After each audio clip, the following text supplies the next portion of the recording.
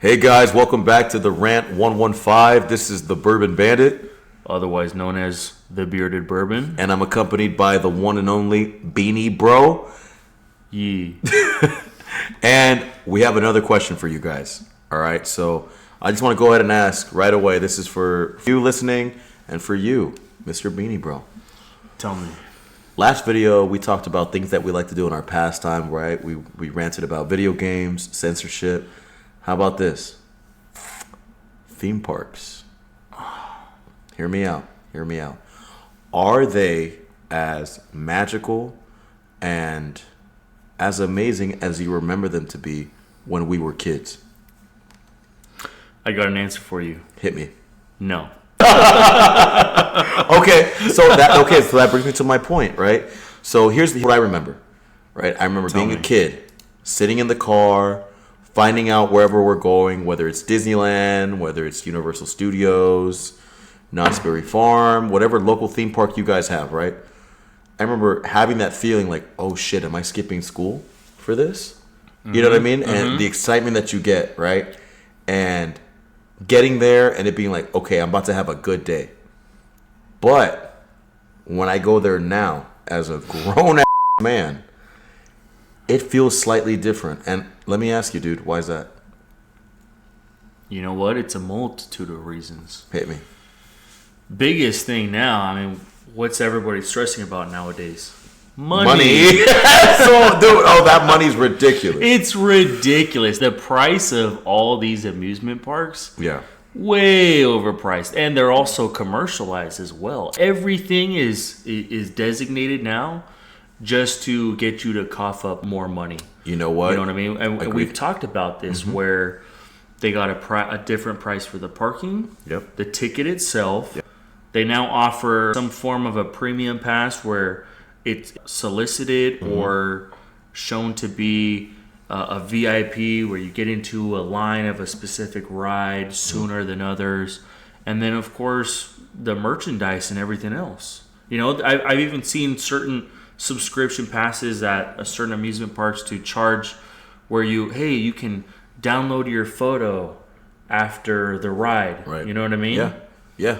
I'm going to add on to that. You said a word there. You said overpriced, and I'm going to hit you with another one. How about this? Overcrowded.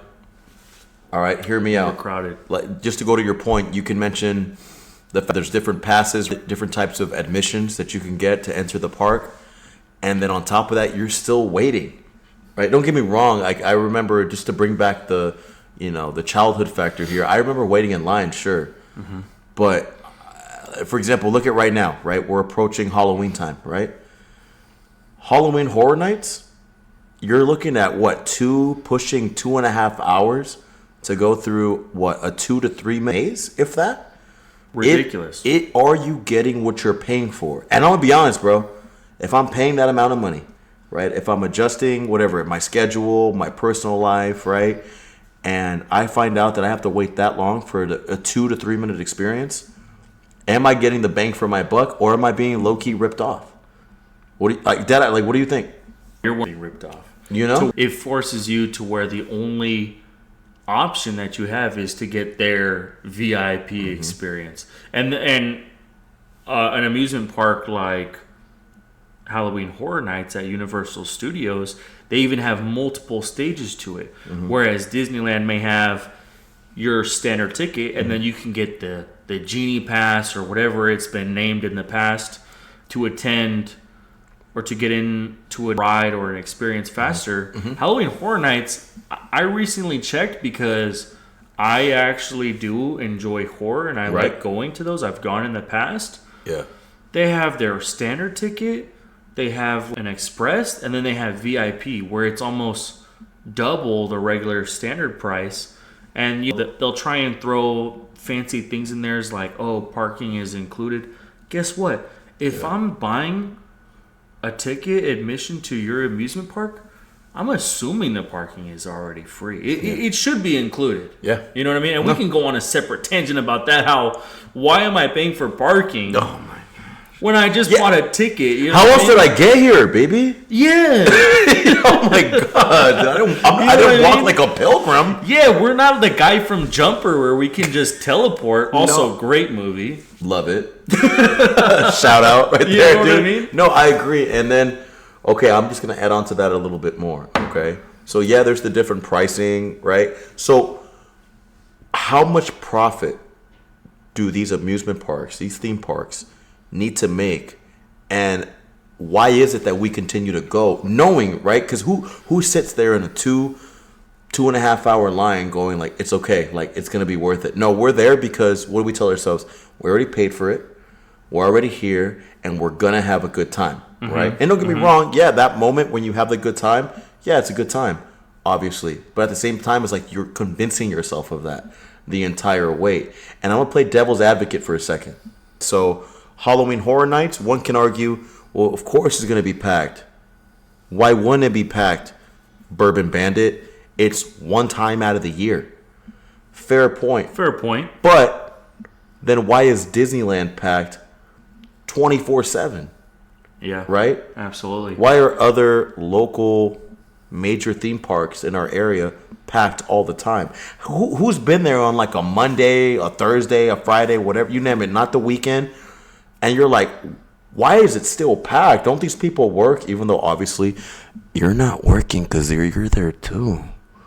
You're right there too. No, that's a good point. You get what I'm saying? I can't tell you how many times, like you said, on a Monday or a Tuesday, where and I make this joke every single time. I say, hey, aren't there kids in school right now? Oh, yeah. Ironically, my kids are there. You know what I mean? But I look around and say, hey, aren't these kids supposed to be in school? Why are they out? For real. You know what I mean? Hey, maybe instead of reading how tall you need to be to ride the ride, how about we read Charlotte's Web, baby? You know what I mean? Like, listen, you know what I mean? Exactly. But no, that is a fair point. And again, just adding on to it, because I do think it's a problem, is we've allowed these theme parks. Get away with We've let them get away with it for so long. Think about it. If we tell ourselves, hey, we're not going to go to this theme park, we're not going to go to Disneyland, we're going to protest against Halloween Horror Nights or whatever the case is, you name it, and we're not going to go. We tell ourselves that, you know what other people are going to say? Nah, I'm going to go. They're going to say, yeah, I'm going to go. It's less crowded because there's people that are refusing to go. This is our chance. Yeah. So we're allowing them to do it. And you have to beg the question, what is the solution? You're right. There should be a solution, but like you said, it's too many people are thinking about themselves. Yes. And again, to play devil's advocate, I have that moment every single time I pull up to Disneyland because that's the most frequent amusement park I attend.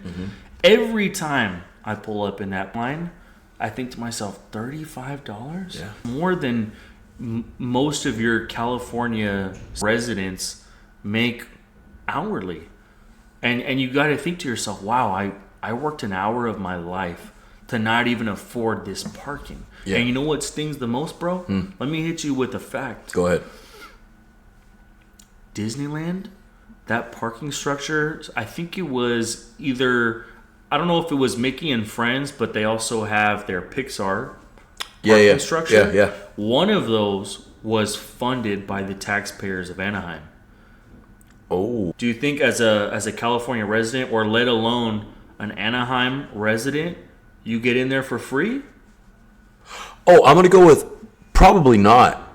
Absolutely freaking not, dude. Do me a favor, bro. Drop a bombshell right now. And I'll do you one even better. Yeah. This is really going to toss your salad right here. Dude, are we at Olive Garden right now? Oh, dude, I got a breadstick. I got your dressing. Send it. Listen to this. I can attest for the other amusement parks, but specifically with Disneyland, within an hour of opening their doors to the public, everything after that hour is purely profit. So what that means is within opening, that first hour is to basically pay all their utilities, their gas, electric, for maintaining the park itself, Yeah. all their employees' salary. Everything else after that is profit. So you ask yourself, if I were an Anaheim resident, which I'm not, I would tell myself, hey, my taxpayer money funded this. Yeah. Why is it not free to the public? You know what I mean? You know what? Here, I'm going to add on to that. If I was Disney, you know what I would say? What would you say? Again, plain devil's advocate, right? You know what I would say? Hey, if you invest this money into me, this corporation, I'm going to bring revenue into the city. And in doing so, whatever I get taxed, you guys benefit from because I'm making the money in your city. Yep. You get what I'm saying? But that's just plain devil's advocate. But here's the thing. I think it's a sucker's deal. It is a sucker's I deal. think the profit that they get from that and the manipulation. And here's the thing. I want to make something clear. I'm not just trying to dump on Disney or these theme parks. I go to Disney. I attend these theme parks. So it's not like I don't want to sound like a hypocrite here. Right. I've obviously participated in it. However, like you've put before, let's call a spade and call out what it is. So it brings me back to a question that really gets to me. And dude, I think I have an idea. Hit me with it. What would the solution be? Hear me out. We're approaching a newer age of technology. All right. So hear me out. We hate waiting in lines. Some people, and I get it, myself included, don't like the commute. Like you mentioned, don't like to deal with the parking. Even after you're done with the theme park, you have to walk all the way back to the parking. And one could add, okay, it's just a few extra steps, whatever. I get it, but after you spend a bunch of money, after you stood in the line for hours, sometimes you just want to be done with the day, go back home, decompress, and put a check in the box and say, I did something good today, right? Like I took everybody out for a good time, or as a kid, hey, I was taken out for a good time, and that's the end of the story. How about this? With all this virtual reality, all this new technology that we have, what if companies instead start charging you for that experience through your electronic device, through that virtual reality headset, through whatever they're going to call it 5 years from now, 10 years from now. And what you do is you pay for that single-use experience. Or you can pay a larger fee like we do for season passes, right, and you can get a 6-month or a year-long subscription. I imagine things will be slightly different because it's all electronic and it's technological at that point. But you would be able to A, skip the lines, B, get the experience, and C, I think personally, reduce the stress of it all. Absolutely. Because there's a big stress to it. Absolutely. And the amusement park, it's a win-win because the amusement park is still making money and you're not even there. You're not even there to crowd the area, right? Right. And if I were a corporation, I would say, wow, this is just a way to maximize profits. 100%. You know what I mean? Because you're going to have your people that want to experience in person. Agreed. And think about the amount of people that say, you know what, I would like to go to Knott's Berry Farm. I would like to go to Universal Studios, but I don't feel like driving there. Maybe it's too much to drive all the way there, go through the experiences, and drive back. Yeah. Maybe I just want to experience it for 4 hours. Boom. You know what I mean? That's what I'm thinking. You get a little ride experience. And not to change the subject, you make a really good point. A lot of people, I think, will hear this and say, no, that's not really plausible. I don't know if people would really do that. Let's change this over to those videos that particularly men like to watch online. You dirty dog. Listen here, as your beanie bro, okay? We've all been a little down under, and we all know to experience the pleasures of a woman or man, pause. We all know that to experience the pleasures of a man or a woman in the flesh arguably is way better. 100%. But do we resort when we're in need to a video perhaps even VR, and experience it and say, you know what? Hey, I didn't have to spend the money to go on a date. I didn't have to take 10 hours of my day to go through the conversation, all the BS. I just got it over with.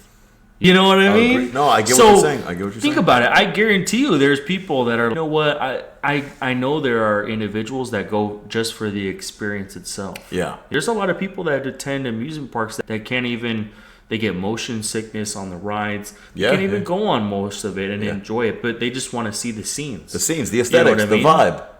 Exactly. I've already seen through personal experience videos of vloggers go and they'll just film themselves on a ride. Yeah. And if they do something similar to that where it's virtual reality and a little bit more inclusive to where you're not obviously watching somebody on a vlog, but instead they're putting the experience in your point of view. A first person point of view. Yeah. I could actually see that be a possibility. And let me add on to this.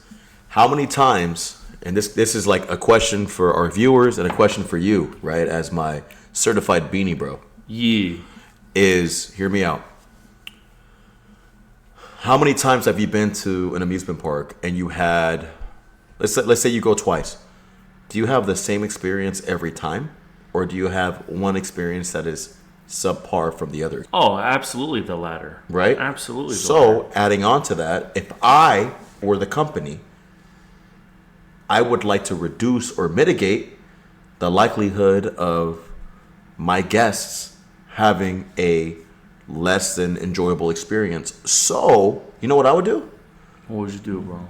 I would, if they purchase an admission, right, virtually, and I get it, we can argue about, well, they can't even feel the rides because they're not sitting in some type of motion simulator. I get that. We're talking right now just about the aesthetics, like having yourself walk through Disneyland itself, seeing the Magic Castle, right, seeing all the characters interact with you, or insert the Halloween Horror Nights. You're not right. You can that still one's actually you can go more through the mazes. tangible Yes. because you can go through the maze and get scared just like you would a horror movie. Yes, and maybe one can argue, well, if you pay for that one admission, is it the same experience every time?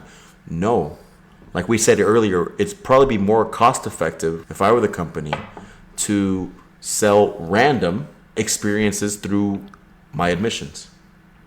So let's just say if I was a company, I can make 1 out of 10 experiences for you. But all 10 are up to my standard as the company. There's not one role player or one person that's giving a subpar experience. All 10, or we could change the number, 5, 6. Wow, okay. Experience I send you. You get what I'm saying? You walk through it, and you don't know what you're gonna get. You can get somebody that's gonna scare you. Boom, 30 seconds into your experience, or who knows? Maybe that same experience isn't there, and you have to wait 1 minute and 35 seconds. And it's not who you think. It's not the person that scared you on the first admission. It's somebody else, right? You can generate multiple scenarios and you randomize it, because as I'm walking, or you can synchronize it. If I want to, let's say you and I, the Bourbon Bandit and Beanie Bro, want to go through Halloween Horror Nights together, but we don't want to wait in those long lines. We purchase like a 2 admission special where you and I put it on at the same time, and you and I walk through the same experience at the same time because we purchased it together. But if I purchase one ticket and you purchase one ticket separately, maybe you'll get a different experience than I got. That. And you can tell me what you experienced, I'll tell you what I experienced, and if we both want to do it again and we purchase that admission, we'll get a different experience because there's still multiple that we haven't done yet. I like that a lot. And you know what's interesting is that would, exactly as you said, defeat the possibility of a bad experience, because how many of you, as somebody who's attended Halloween Horror Nights approximately 5 times in my life, how many times have you been walking through those mazes and the person who does the jump scare scares the person in front of you? Yeah. And guess what? It's already moot. They already know you're right behind them. You didn't get scared. You'd watch somebody else get scared, which is still enjoyable. Right. But it wasn't you. And so that happens to me pretty frequently where you won't. Okay, great. That one climactic scare was on somebody else and not me. Whereas with this virtual reality ticket, it's always you. It's always gonna be you. It's always you. You get what I'm saying? Basically, it maximizes your experience. You need to copyright that, bro. Let's not post this. But you get what I'm saying? Like, I think if their whole goal is to bring entertainment and joy to their guests, right? To their customers, whatever you want to call it, I would argue that is arguably the best. And guess what? Oh my, dude, you're gonna get me started right now. Let's hear it. If you want to visit Disneyland, if I'm in Montana, no disrespect to those who live in Montana, if I lived in Montana right now, could I go to Disneyland? No, it's not really practical. Unless you get 2 weeks of vacation off. Exactly, right? Get hotels, all these additional expenses. How about this? It doesn't matter where you're at in the world. So long as you have the equipment that you need to run whatever services we're offering, wherever you live in this world, you can get that experience. You don't need to hop on a plane. You don't need to drive. All you have to do is pay the admission, and we'll obviously adjust it if it's different. Yeah, it's not going to be a full price ticket. Exactly. We'll adjust it, but the point is that you still get that experience, and you don't have to go through the hassle of trying to request some time off. Who knows? Maybe there's some people that just want to break from their life, dude. Some people that just are sick of the normal, mundane that we all go through, and they say, I just want to escape, like you said, for 4 hours, maybe 8 hours, right? And guess what? You get to explore an entire open world. If we can do that in video games, if you can explore so many things and spend hours on Assassin's Creed, in Diablo, and so many games where you just explore everything, why can't we offer that to us as people? Dude, don't even get me started. That's how I know it's practical, because in Red Dead Redemption 2, thank you, I stayed in the little camp and just chopped wood, did the little labors, and I enjoyed myself. It was fun. It was a break from something. You know what I mean? Yeah, and there wasn't any action involved. I'm chopping wood as John Marston. Yeah. And I'm just out here slinging wood. But you get what I'm saying? It's still a break. It's something that distracted us. Absolutely. We enjoyed it. You got some, you know what I mean? And that's the entire goal, I would say, of these theme parks. So I think, like, in summary, right, that would be a good idea. And I am kind of curious as to what our fans think right now, or what our viewers are thinking.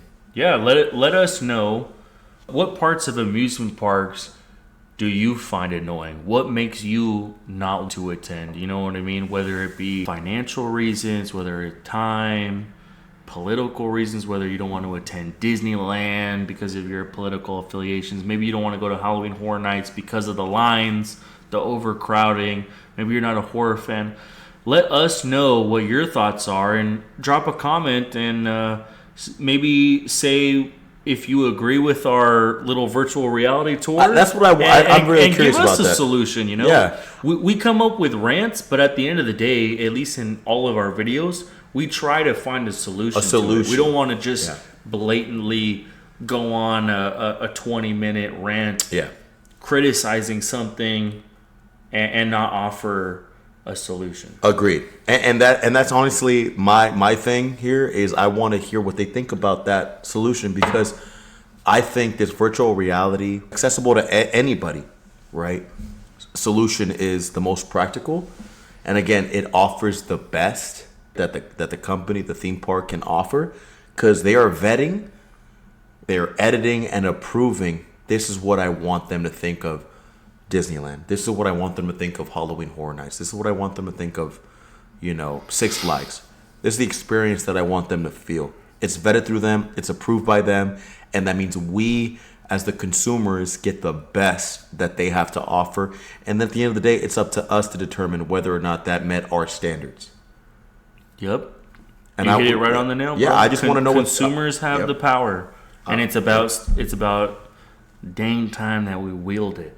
Yes. You know what I mean? Instead of going to your local amusement park, whether it be for your children, and just saying, man, I hate this, but I'm going to continue to pay the prices, continue to do this, and suffer the consequences. No, speak up, engage with us, put it out to other people around you, and maybe we can see some change in our amusement parks, because I love going. I don't want to stop going. You know what I mean? Right. It's a joyful thing for me, and it's a way for my kids to experience something. I grew up doing that, so who am I to stop my children from doing so? But at what cost? And I want them to have the same, if not a better experience, right, than I had. Yeah, we haven't even talked about how, now you're booking rides on your phone, but let's talk about, the magic being lost. I remember getting into Disneyland and running to whatever ride I wanted to fast pass on, and printing out the actual physical ticket. Yeah, you know what I mean? That was fun to me. Now, and you put that in your pocket and you say, "I am coming back at 2:15." Yeah, exactly. And I'm not gonna be late. Hey, bro, one of those times I lost the ticket and I thought my dad was gonna leave me on the doorstep. I lost the ticket and we couldn't all ride a ride together. Oh, and I thought I was dead, but luckily, my dad was cool. You know what's funny is my dad did leave me because of that. Well, bro, go ahead and hit us with the outro. Dog. Yeah, so just again, guys, thank you for listening to the Rant 115. We appreciate all the support we got in the last video. We just want to extend again our gratitude, asking you guys to like the video, subscribe if you haven't already, and again, let us know your thoughts on our solutions, just the overall rant as a whole. Just be mindful, we're coming out with more content soon. We have a lot of things in our mind. We have a lot of things to get off our chest, and we would love if you were here with us for the ride. So thank you guys. Have a good night. Baby. Yeah.